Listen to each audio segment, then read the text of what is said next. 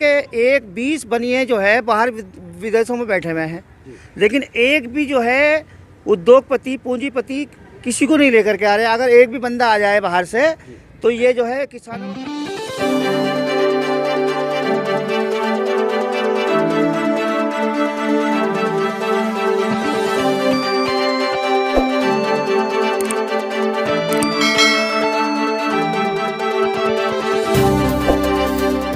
लोकसभा उत्तर प्रदेश रफाकत चौधरी और बाद में मैं विधायक का इलेक्शन दिल्ली से लड़ा था। जब 7 लोगों में से इस 5 विधायक जनता दल के चुन करके आए थे, तो उनमें से मैं भी जनता दल का एक प्रत्याशी था। वीपी सिंह के ज़माने में जनता दल की जब लहर थी, तो हम एक ही मैसेज देना चाहते हैं लोगों को। मैसेज ये है कि ये जो खेल चल रहा है ना 18 साल से, इससे जागना होगा। ये जो जनता की तरफ नहीं देख रहे, बेरोज़गारी, किसानों की तरफ नहीं देख रहे, जितने भी लोग हैं उद्योगपति पूंजीपतियों से अलावा किसी का कुछ भी नहीं हो रहा। सिर्फ एक ही पूंजीपति और उद्योगपतियों का खेल चल रहा है इस देश में। एक ही वर्ग, हिंदू को भी मुसलमानों से लड़ाया जा रहा है। कभी ठाकुर से लड़ा दिया जाता है, कभी जाट से लड़ा दिया जाता है, कभी गुजर से लड़ा दिया जाता है, ताकि ये दोनों मिलकर सत्ता पे काबिज़ ना हो जाए।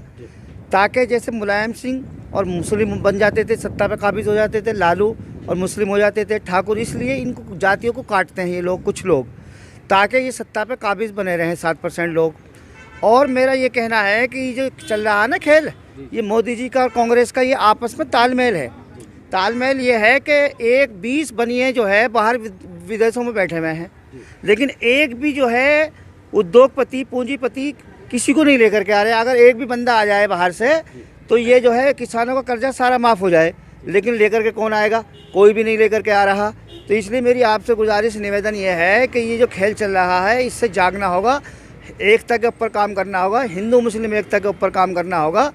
क्यों कि जितना भी एकता के ऊपर काम करोगे, समाज के लिए, देश के लिए, विकास के लिए, सबसे बेहतर विकास वही है। अब ये लोग क्या कर रहे हैं, हिंदू मुस्लिम करके दिमाग को डाइवर्ट कर रहे हैं। बेरोज़गारी फैल चुकी है। ईवीएम मशीन को लाओ, लोकतंत्र बचाओ, बैलेट पेपर पर इलेक्शन कराओ, तभी देश का भला हो सकता है। बाकी ये खेल चल रहा है केजरीवाल का और हमारे मोदी जी का। मोदी जी भारत सरकार के हमारे प्रधानमंत्री हैं, लेकिन कल तक ये जो है क्या ड्रामा कर रहे थे, पब्लिक की बेवकूफ़ बना रहे थे। आज दोनों एक हो गए। क्यों कि इनका उद्योगपति और पूंजीपतियों का खेल चल रहा है। तो हमारी निवेदन गुजारिश यही है सबसे कि ये जाग जाइए आप, हिंदू भाई हों, चाहे दलित हों, पिछड़े हों, ठाकुर हों, जाट हों, गुजर हों, ये जितनी भी कौमें हैं, इनको जागना होगा और हिंदू मुसलमान से निकल के विकास की तरफ देखना होगा। पूंजीपतियों की तरफ जो चल रहा है ना 20 लोग, आज तक एक भी जो है किसी को लेकर के नहीं आए। क्यों नहीं लेकर आए? क्योंकि सारे इन्हीं के लोग हैं। कांग्रेस हो, बीजेपी हो या आम आदमी, कौन है ये? 7% लोग सत्ता पर काबिज़ हो रहे हैं और हिंदुस्तान का बेवकूफ़ बनाया जा रहा है। बेरोज़गारी फैल रही है। देखो सिलेंडर कितने का था? 400 रुपये का, अब डबल हो गया। उसके बाद में किसानों को देख लो आप, भूखमरी फैल रही है, बेरोज़गारी फैल रही है, लेकिन कोई कहने वाला ना कोई सुनने वाला। तो मेरी आपसे निवेदन है, गुजारिश है, पूंजीपतियों से और होशियार हो जाइए और हिंदू मुस्लिम की बातों में ना आकर के विकास की तरफ ध्यान दीजिए, काम की तरफ दिमाग लगाइए, रोज़गार की तरफ। अभी केजरीवाल जी कह रहे थे कि जी मैंने काम किया, पूरी दिल्ली के नाश कर दिया इन्होंने, पूरी सड़कें टूटी पड़ी हुई हैं। आने के 2 महीने पहले इन्होंने पानी और बिजली कर दिया।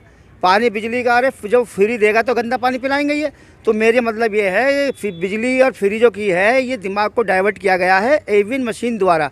और ये जो लोग जो है ना इधर जो बैठे हुए हैं ये एनसीआर के खिलाफ, अरे एनसीआर तो अपना भी ख़त्म हो जाएगी जब ईवीएम को ख़त्म कराओ।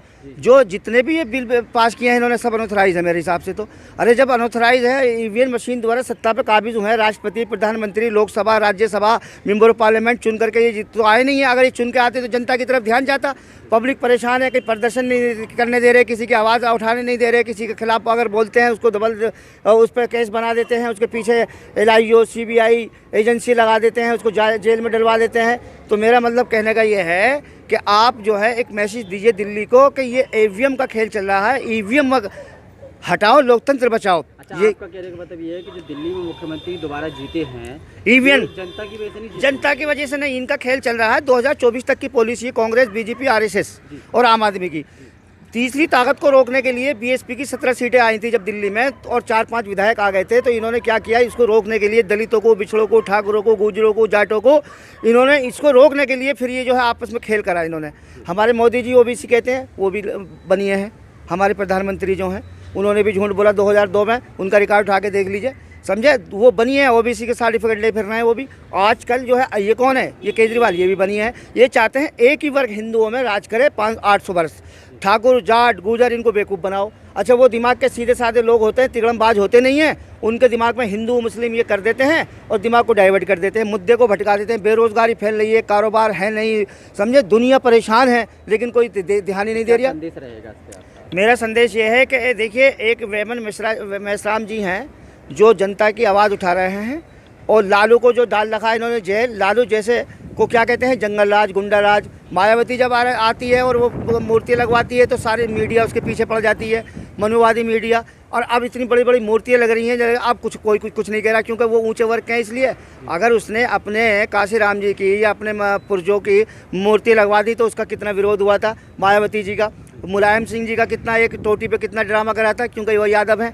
ये जितने भी लोग हैं एक मनुवादी सिस्टम को चलाना चाहते हैं, थल सेना हो, वायु सेना हो, पिनानिंग हो, दिल्ली पुलिस हो, ये जितने भी लोग हैं 7% लोग काबिज हैं। बाकी हिंदू, हमारे हिंदू भाइयों को बेवकूफ़ बनाया जा रहा है। मैं हिंदू भाइयों से रिक्वेस्ट करूंगा, चाहे वो जाट हों, गुजर हों, दलित हों, बिछड़े हों, मल्ला हों, सबको इनकी पॉलिसी को समझना होगा। देश के लिए, समाज के लिए, विकास की बात करें तो हमारे समझ में आता है, और एकता की बात करें तो समझ में आता है। यही मेरी आपसे गुजारिश है। इसको एक मैसेज दीजिए, एवीएन हटाइए, एवीएन